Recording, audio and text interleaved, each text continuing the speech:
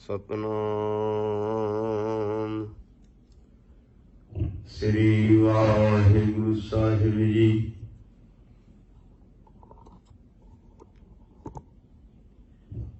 एक ओंकार सतनाम करता पुरख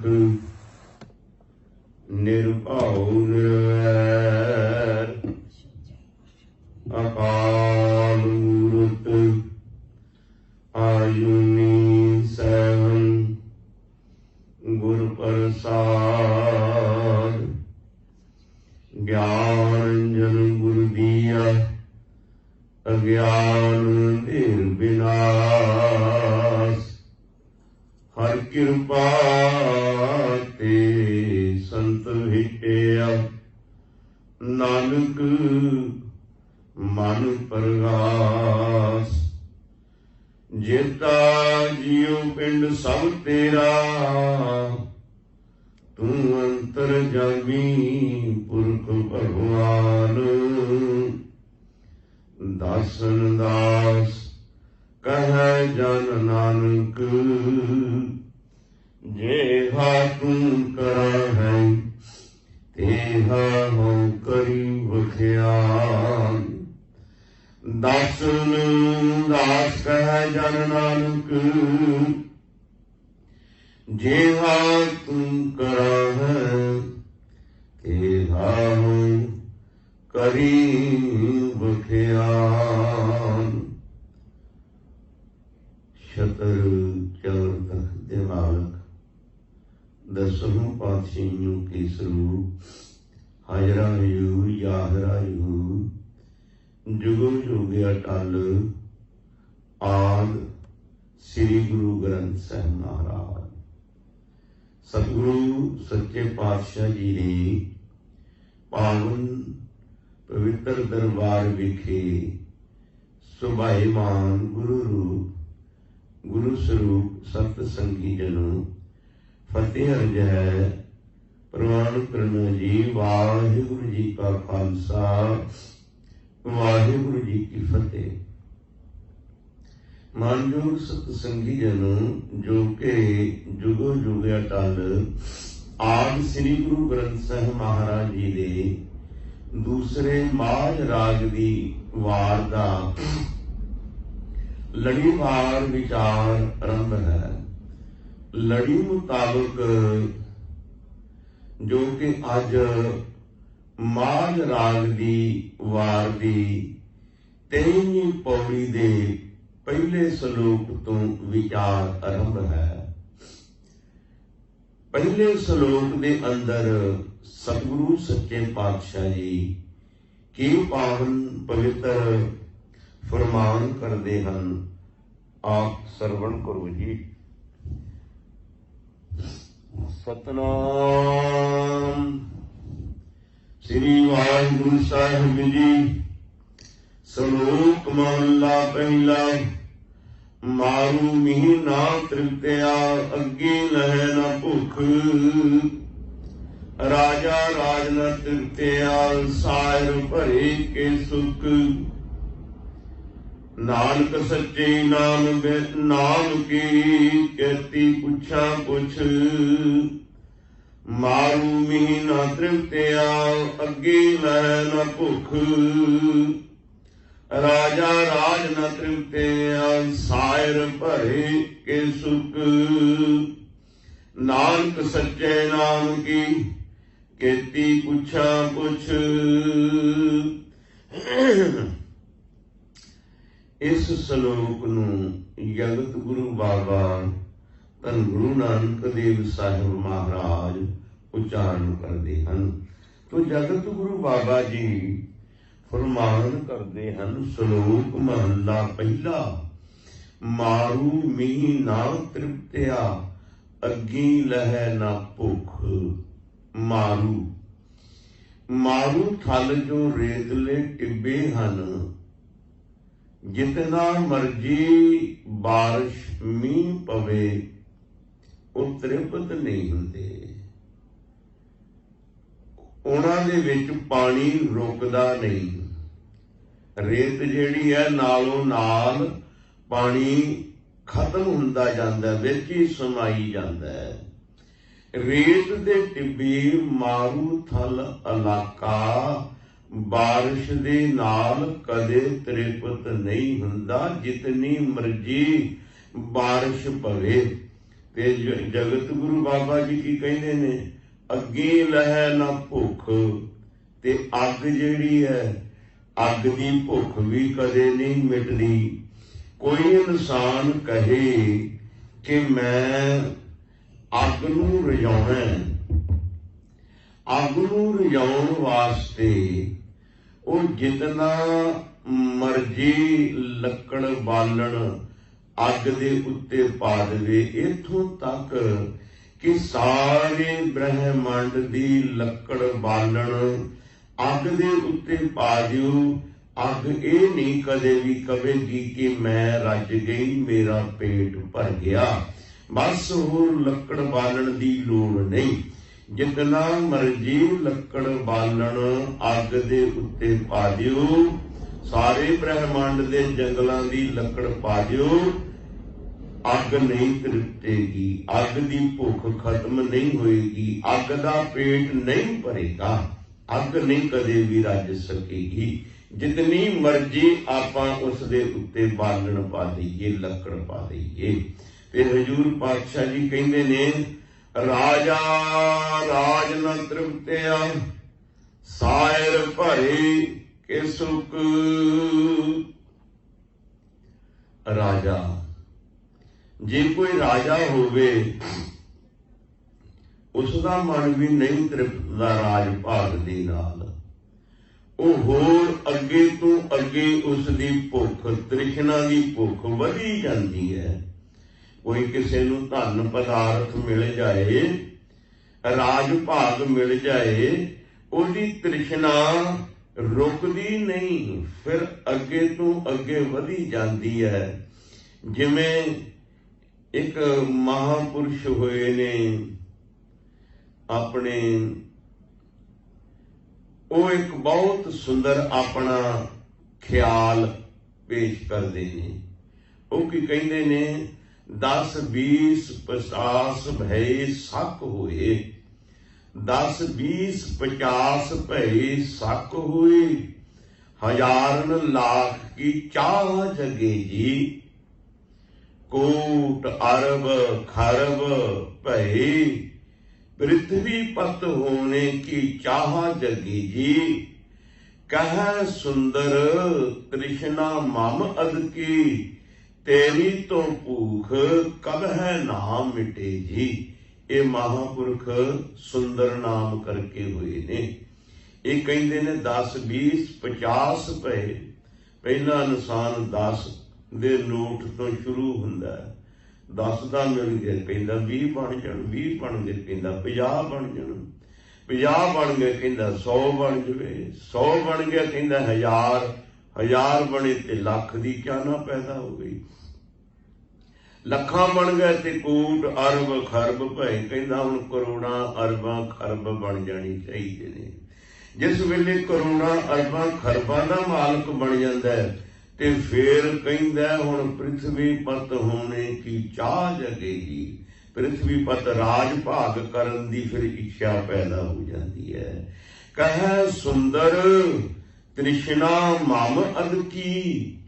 ਉਹ ਸੁੰਦਰਦਾਸ ਜੀ ਕਹਿੰਦੇ ਨੇ, ਕਹੈ ਸੁੰਦਰ 60 ਤ੍ਰਿਸ਼ਨਾ ਮਮ ਅਦ ਕੀ। 60 ਕਹਿੰਦੇ ਨੇ ਮੂਰਖ ਨੂੰ। ਉਹ ਕਹਿੰਦੇ ਨੇ ਕਹੈ ਸੁੰਦਰ 60 ਤ੍ਰਿਸ਼ਨਾ ਮਮ ਅਦ ਕੀ। ਹੈ ਮੇਰੀ ਮਨ ਮੂਰਖ, ਤੇਰੀ ਜਿਹੜੀ ਤ੍ਰਿਸ਼ਨਾ ਦੀ ਅੱਗ, ਤੇਰੀ ਜਿਹੜੀ ਤ੍ਰਿਸ਼ਨਾ ਦੀ ਭੁੱਖ, ਕਹੈ ਸੁੰਦਰ 60 ਤ੍ਰਿਸ਼ਨਾ ਮਮ ਅਦ ਕੀ। ਵਧੀ ਹੋਈ ਤ੍ਰਿਸ਼ਨਾ ਤੇਰੀ ਤੋਂ ਭੁੱਖ ਕਦੇ ਨਾ ਮਿਟੇਗੀ, ਤੇਰੀ ਤੇ ਭੁੱਖ ਕਦੇ ਮਿਟਣੀ ਨਹੀਂ। ਇਨਸਾਨ ਦੀ ਰਾਜ ਭਾਗ ਮਿਲ ਜਾਣ ਤੇ ਤ੍ਰਿਸ਼ਨਾ ਭੁੱਖ ਖਤਮ ਨਹੀਂ ਹੁੰਦੀ। ਤੁਸੀਂ ਸਿਕੰਦਰ ਦੀ ਵੀ ਗਾਥਾ ਕਹਾਣੀ ਸੁਣੀ ਹੈ। ਸਿਕੰਦਰ ਸਾਰੇ ਵਰਲਡ ਨੂੰ ਆਪਣੇ ਰਾਜ ਵਿੱਚ ਮਿਲਾਉਣ ਵਾਸਤੇ ਤੁਰ ਪਿਆ ਸੀ ਵੀ ਇਹ ਵੀ ਰਾਜ ਨੂੰ ਜਿੱਤ ਕੇ ਮੈਂ ਆਪਣੇ ਰਾਜ ਵਿੱਚ ਮਿਲਾਉਣਾ, ਇਹਨੂੰ ਵੀ ਇਹਨੂੰ ਵੀ ਇਹਨੂੰ ਵੀ। ਕਿਸੇ ਮਹਾਂਪੁਰਸ਼ਾਂ ਨੇ ਸਿਕੰਦਰ ਜਾ ਰਿਹਾ ਸੀ ਫੌਜ ਲੈ ਕੇ, ਤੇ ਰਸਤੇ ਦੇ ਵਿੱਚ ਬਰੇਤੀ ਸੁੱਕਾ ਦਰਿਆ ਆਇਆ ਤੇ ਮਹਾਂਪੁਰਸ਼ ਲੇਟੇ ਹੋਏ ਨੇ ਸੁੱਕੇ ਦਰਿਆ ਦੇ ਵਿੱਚ, ਤੇ ਸਿਕੰਦਰ ਦੀਆਂ ਫੌਜਾਂ ਆਈਆਂ ਤੇ ਮਹਾਂਪੁਰਸ਼ ਉੱਠੇ ਹੀ ਨਹੀਂ ਉੱਥੇ ਰਸਤੇ ਚੋਂ। ਜਿਸ ਵੇਲੇ ਸਿਕੰਦਰ ਆਇਆ ਉਹ ਕਹਿੰਦਾ, ਫਕੀਰਾ ਤੈਨੂੰ ਪਤਾ ਨਹੀਂ ਮੈਂ ਸਿਕੰਦਰ ਆ, ਤੂੰ ਰਾਹ ਨਹੀਂ ਛੱਡਿਆ। ਉਹ ਕਹਿੰਦਾ ਤੂੰ ਸਿਕੰਦਰ ਹੈ? ਫਕੀਰ ਕਹਿਣ ਲੱਗੇ, ਕਹਿੰਦਾ ਹਾਂ। ਤੇ ਫਕੀਰ ਕਹਿਣ ਲੱਗੇ ਫਿਰ ਤੂੰ ਸਿਕੰਦਰ ਕਿੱਥੇ ਚੱਲਿਆ? ਕਹਿੰਦਾ ਮੈਂ ਫਲਾਣੇ ਦੇਸ਼ ਨੂੰ ਮੁਲਕ ਨੂੰ ਫਤਿਹ ਕਰਨ ਚੱਲਿਆ। ਫਕੀਰ ਕਹਿੰਦੇ ਫਿਰ ਕੀ ਕਰੇਗਾ? ਕਹਿੰਦਾ ਉਹਨੂੰ ਮੈਂ ਫਤਿਹ ਕਰਕੇ ਆਪਣੇ ਰਾਜ ਵਿੱਚ ਮਿਲਾਵਾਂਗਾ। ਫਕੀਰ ਕਹਿਣ ਲੱਗੇ ਫਿਰ ਕੀ ਕਰੇਗਾ? ਕਹਿਣ ਲੱਗਾ ਫਿਰ ਦੂਸਰੇ ਰਾਜ ਦੇ ਉੱਤੇ ਚੜ੍ਹਾਈ ਕਰਾਂਗਾ, ਉਹਨੂੰ ਆਪਣੇ ਰਾਜ ਦੇ ਅਧੀਨ ਕਰਾਂਗਾ। ਉਹ ਕਹਿਣ ਲੱਗੇ ਫਿਰ ਕੀ ਕਰੇਗਾ? ਇਸ ਤਰ੍ਹਾਂ ਕਰਦਿਆਂ ਕਰਦਿਆਂ 2 4 10 ਵਾਰੀ ਜਿਸ ਵੇਲੇ ਇਹ ਗੱਲ ਹੋਈ ਤੇ ਸਿਕੰਦਰ ਕਹਿਣ ਲੱਗਾ ਫਿਰ ਮੈਂ ਸਾਰੇ ਹੀ ਵਰਲਡ ਨੂੰ ਆਪਣੇ ਅਧੀਨ ਕਰਕੇ ਮੈਂ ਸੁੱਖ ਚੈਨ ਦੀ ਆਰਾਮ ਦੀ ਜ਼ਿੰਦਗੀ ਜੀਵਾਂਗਾ। ਫਕੀਰ ਕਹਿਣ ਲੱਗੇ ਭਲਿਆ ਇੰਨੇ ਖੂਨ ਖਰਾਬੇ ਕਰੇਗਾ, ਮਾਵਾਂ ਦੇ ਪੁੱਤਰ ਮਰਵਾਏਗਾ, ਤੇ ਫਿਰ ਜੋ ਤੂੰ ਆਰਾਮ ਦੀ ਜ਼ਿੰਦਗੀ ਜੀਣ ਦੀ ਗੱਲ ਕਰਦਾ, ਜੇ ਤੂੰ ਆਰਾਮ ਦੀ ਜ਼ਿੰਦਗੀ ਜਿਉਣੀ ਹੈ ਤੇ ਆ ਜਾ, ਅਸੀਂ ਇਸ ਰੇਤੇ ਦੇ ਉੱਤੇ ਆਰਾਮ ਦੀ ਜ਼ਿੰਦਗੀ ਬਤੀਤ ਕਰ ਰਹੇ, ਇੰਨੇ ਖੂਨ ਖਰਾਬੇ ਕਰਨ ਦੀ ਕੀ ਲੋੜ ਹੈ? ਕਹਿਣ ਤੋਂ ਭਾਵ ਹੈ ਸਿਕੰਦਰ ਵਰਲਡ ਨੂੰ ਫਤਿਹ ਕਰਨ ਵਾਸਤੇ ਤੁਰ ਪਿਆ, ਭੁੱਖ ਨਹੀਂ ਮਿਟਦੀ। ਰਾਜਾ ਰਾਜ ਨਾ ਤ੍ਰਿਪਤਿਆ, ਰਾਜਾ ਕਦੇ ਰਾਜ ਨਾਲ ਨਹੀਂ ਪ੍ਰਸੰਨ ਹੁੰਦਾ, ਤ੍ਰਿਪਤ ਨਹੀਂ ਹੁੰਦਾ। ਸਾਇਰ ਭਰੇ ਕੇ ਸੁੱਖ ਸਮੁੰਦਰ ਨੂੰ ਭਰੇ ਹੋਏ ਨੂੰ ਤਪਸ਼ ਗਰਮੀ ਕਵੇ ਕਿ ਮੈਂ ਸੁਕਾ ਦੇਵਾਂ, ਤੇ ਕਦੇ ਸੁੱਕ ਨਹੀਂ ਸਕਦਾ, ਇਹ ਸੁੱਕ ਨਹੀਂ ਸਕਦਾ। ਤੇ ਹਜੂਰ ਪਾਤਸ਼ਾਹ ਜੀ ਕਹਿੰਦੇ ਨੇ ਜਿਵੇਂ ਮਾਰੂ ਥਲ ਮੀਂਹ ਦੇ ਨਾਲ ਨਹੀਂ ਰੱਜਦੇ, ਜਿੰਨਾ ਮਰਜੀ ਮੀਂਹ ਪਵੇ, ਮਾਰੂ ਥਲ ਰੇਤ ਦੇ ਟਿੱਬੇ ਕਦੇ ਵੀ ਮੀਂਹ ਦੇ ਨਾਲ ਪ੍ਰਸੰਨ ਨਹੀਂ ਹੁੰਦੇ, ਰੱਜਦੇ ਨਹੀਂ, ਉਹਨਾਂ ਦੇ ਵਿੱਚ ਪਾਣੀ ਰੁਕਦਾ ਨਹੀਂ। ਅੱਗ ਦੀ ਭੁੱਖ ਕਦੇ ਮਿਟਦੀ ਨਹੀਂ, ਜਿੰਨਾ ਮਰਜੀ ਬਾਲਣ ਪਾ ਦਿਓ। ਰਾਜੇ ਦਾ ਮਨ ਕਦੇ ਤ੍ਰਿਪਤ ਨਹੀਂ ਹੁੰਦਾ, ਰਾਜ ਦੇ ਨਾਲ ਅੱਗੇ ਤੋਂ ਅੱਗੇ ਭੁੱਖ ਤ੍ਰਿਸ਼ਨਾ ਵੱਧਦੀ ਜਾਂਦੀ ਹੈ। ਤ੍ਰਿਸ਼ਨਾ ਵਿਰਲੇ ਹੀ ਕੀ ਬੂਝੀ ਹੈ, ਕੋਟ ਜੋਰੇ ਲੱਖ ਕਰੋੜੇ, ਮਨ ਨਾ ਹੋਰੇ ਪਰੇ ਪਰੇ ਹੀ ਕੋ ਲੂਝੀ ਹੈ। ਅੱਗੇ ਤੋਂ ਅੱਗੇ ਤ੍ਰਿਸ਼ਨਾ ਵੱਧਦੀ ਜਾਂਦੀ ਹੈ। ਤੇ ਜਿਸ ਤਰ੍ਹਾਂ ਰਾਜੇ ਦੀ ਤ੍ਰਿਸ਼ਨਾ ਨਹੀਂ ਮੁੱਕਦੀ, ਤੇ ਸਮੁੰਦਰ ਜਿਹੜੇ ਨੇ ਤਪਸ਼ ਕਹਿ ਦੇਵੇ, ਗਰਮੀ ਕਹਿ ਦੇਵੇ, ਕਿ ਸਮੁੰਦਰ ਨੂੰ ਸੁਕਾ ਦੇਣਾ ਕਿ ਸੁੱਕ ਜਾ, ਇਹ ਕਦੇ ਵੀ ਨਹੀਂ ਹੋ ਸਕਦਾ। ਤੇ ਜਗਤ ਗੁਰੂ ਬਾਬਾ ਜੀ ਕੀ ਕਹਿੰਦੇ ਨੇ? ਨਾਨਕ ਸੱਚੇ ਨਾਮ ਕੀ ਕਹਿਤੇ ਪੁੱਛਾਂ ਕੁਛ। ਇਸੇ ਤਰ੍ਹਾਂ ਜੋ ਸੱਚੇ ਨਾਮ ਦੇ ਵਪਾਰੀ ਨੇ ਨਾ, ਜਿਨ੍ਹਾਂ ਨੂੰ ਅੰਮ੍ਰਿਤ ਰੂਪੀ ਨਾਮ ਦਾ ਆਨੰਦ ਆ ਗਿਆ, ਉਹਨਾਂ ਦਾ ਮਨ ਫਿਰ ਪ੍ਰਸੰਨ ਹੁੰਦਾ ਹੀ ਨਹੀਂ। ਉਹਨਾਂ ਦਾ ਮਨ ਕਰਦਾ ਹੋਰ ਸਿਮਰਨ ਕਰ ਲਿਆ ਜਾਵੇ, ਹੋਰ ਰੱਬ ਨੂੰ ਯਾਦ ਕਰ ਲਿਆ ਜਾਵੇ, ਹੋਰ ਅੱਗੇ ਤੋਂ ਅੱਗੇ ਗਿਆਨ ਪ੍ਰਾਪਤ ਕਰ ਲਿਆ ਜਾਵੇ। ਉਹਨਾਂ ਦਾ ਮਨ ਕਦੇ ਜਿੱਦਾਂ ਇਹ ਚੀਜ਼ਾਂ ਨਹੀਂ ਪ੍ਰਸੰਨ ਹੁੰਦੀਆਂ, ਇਸੇ ਤਰ੍ਹਾਂ ਪਰਮੇਸ਼ਵਰ ਦੇ ਸੱਚੇ ਨਾਮ ਸਿਮਰਨ ਵਾਲੇ, ਅੰਮ੍ਰਿਤ ਨਾਮ ਨੂੰ ਜਪਣ ਵਾਲੇ, ਉਹਨਾਂ ਦਾ ਮਨ ਵੀ ਪਰਮੇਸ਼ਵਰ ਦਾ ਨਾਮ ਜਪ ਜਪ ਕੇ ਅੱਗੇ ਤੋਂ ਅੱਗੇ ਹੋਰ ਉਹਨਾਂ ਦੀ ਇੱਛਾ ਬਣਦੀ ਰਹਿੰਦੀ ਕਿ ਹੋਰ ਪਰਮੇਸ਼ਵਰ ਦਾ ਨਾਮ ਜਪ ਲਿਆ ਜਾਏ, ਹੋਰ ਗਿਆਨ ਪ੍ਰਾਪਤ ਕਰ ਲਿਆ ਜਾਏ। ਇਹ ਕਿਸ ਨੂੰ ਪੁੱਛਿਆ ਜਾਵੇ, ਇਹ ਕਿਸ ਨਾਲ ਗੱਲ ਕੀਤੀ ਜਾਵੇ, ਕਦੇ ਹੋ ਨਹੀਂ ਸਕਦਾ। तो हजूर पातशाह जी कहते उन्हां दी मन की तृष्णा ਜਿਹੜੇ नाम नूं जपण वाले ने नाम जप जप के प्रसन्न आनंद ते हुंदे ने पर उन्हां दे मन अंदर नाम जपण दी भुख साचे नाम की लागै भूख उन्हां नूं भुख लगी रहिंदी है सिमरन करन दी बंदगी करन दी परमेश्वर दे ज्ञान प्राप्त करन दी उन्हां दी इच्छा कदे मुकदी नहीं अगे तो अगे रब नूं याद करन वास्ते ਉਹ मन करके उत्साहत रहते हैं। महला दूजा निपुलंतस जन्मस जावत ब्रह्म न बिंदते। इस श्लोक दूसरे पातशाह जी का है। निफल व्यर्थ तस उसदे जावत जाना ब्रह्म न बिंदते जो परमेश्वर नूं याद नहीं करते जो परमेश्वर नाल जुड़ते नहीं जो वाहिगुरु दे नाम की पहचान नहीं करते उन्हां दा जन्म व्यर्थ चलिया जाता है। सागरं संसारस गुर प्रसादी तरह के ये जो संसार समुंदर है संसार सागर है इस नूं तरन वास्ते गुरु की कृपा की लोड़ है।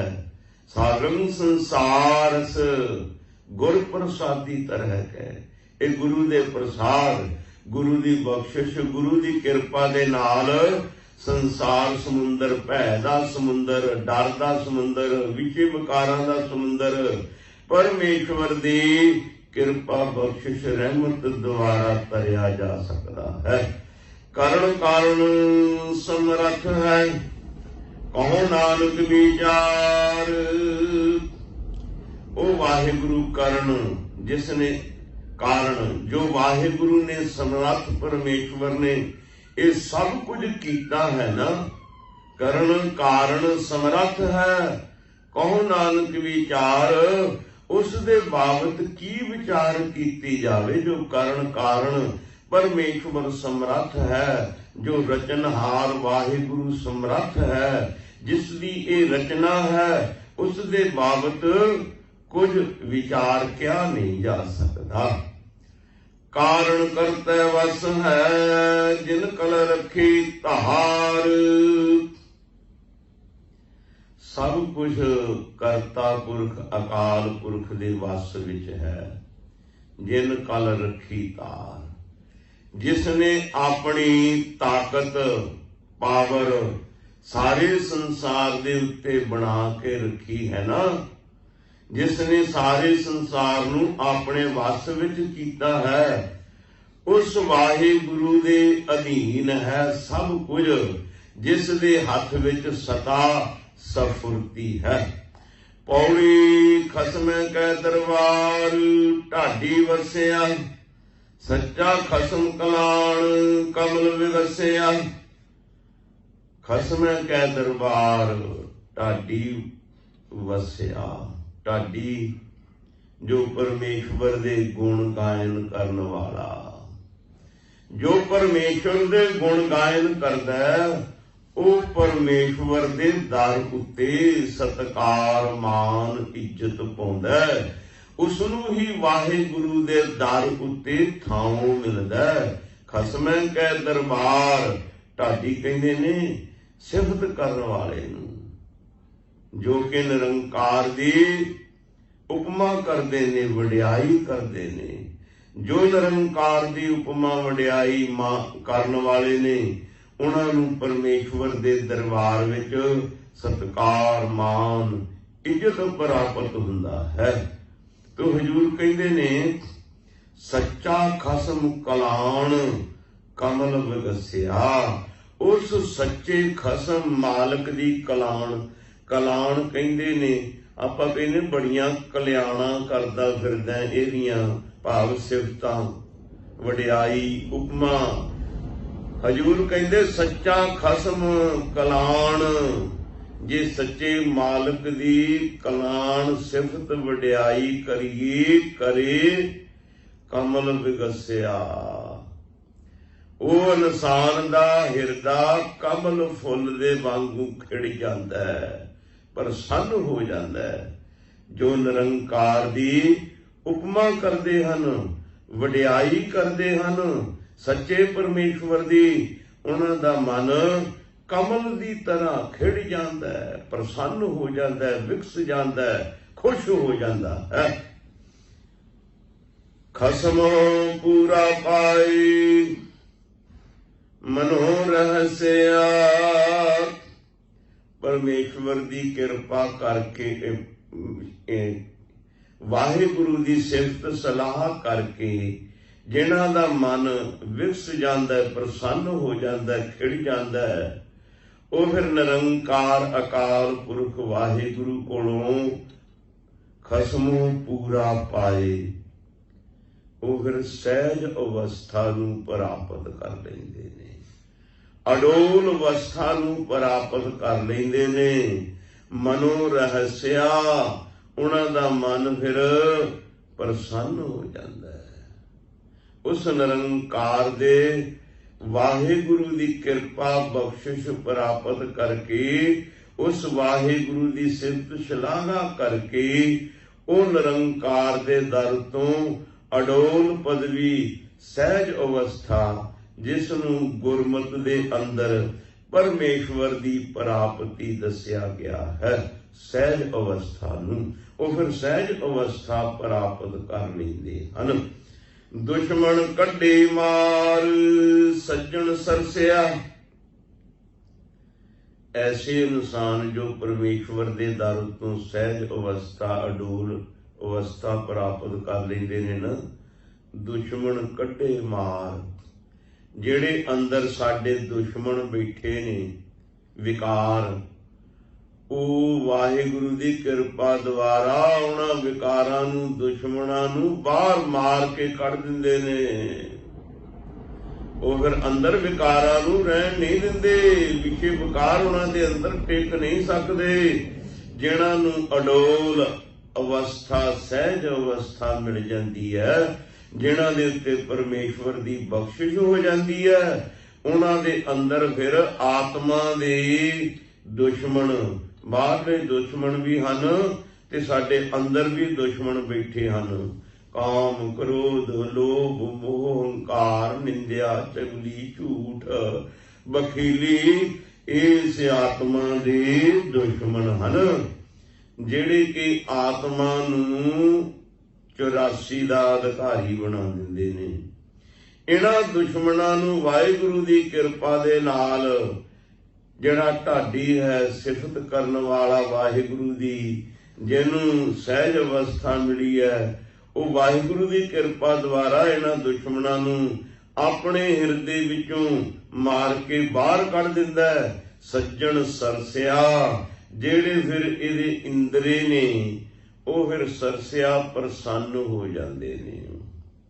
ਭਾਵ ਫਿਰ ਇਸ ਦੀਆਂ ਅੱਖਾਂ ਜਿਹੜੀਆਂ ਬੁਰਾ ਨਹੀਂ ਵੇਖਦੀਆਂ, ਕੰਨ ਬੁਰਾ ਨਹੀਂ ਸੁਣਦੀ, ਜ਼ਬਾਨ ਬੁਰਾ ਨਹੀਂ ਕਹਿੰਦੀ, ਹੱਥ ਕਿਸੇ ਦੀ ਚੋਰੀ ਚਕਾਰੀ ਨਹੀਂ ਕਰਦੀ, ਪੈਰ ਕਿਸੇ ਬੁਰੇ ਵਾਲੇ ਪਾਸੇ ਚੱਲ ਕੇ ਨਹੀਂ ਜਾਂਦੇ, ਸੋਚਣੀ ਜਿਹੜੀ ਹੈ ਉਹ ਬੁਰੀ ਨਹੀਂ ਰਹਿੰਦੀ। ਫਿਰ ਉਹਨਾਂ ਦੇ ਇਹ ਜਿਹੜੀ ਇੰਦਰੇ ਨੇ ਪ੍ਰਸੰਨ ਹੋ ਜਾਂਦੇ ਨੇ, ਤ੍ਰਿਪਤ ਹੋ ਜਾਂਦੇ ਨੇ।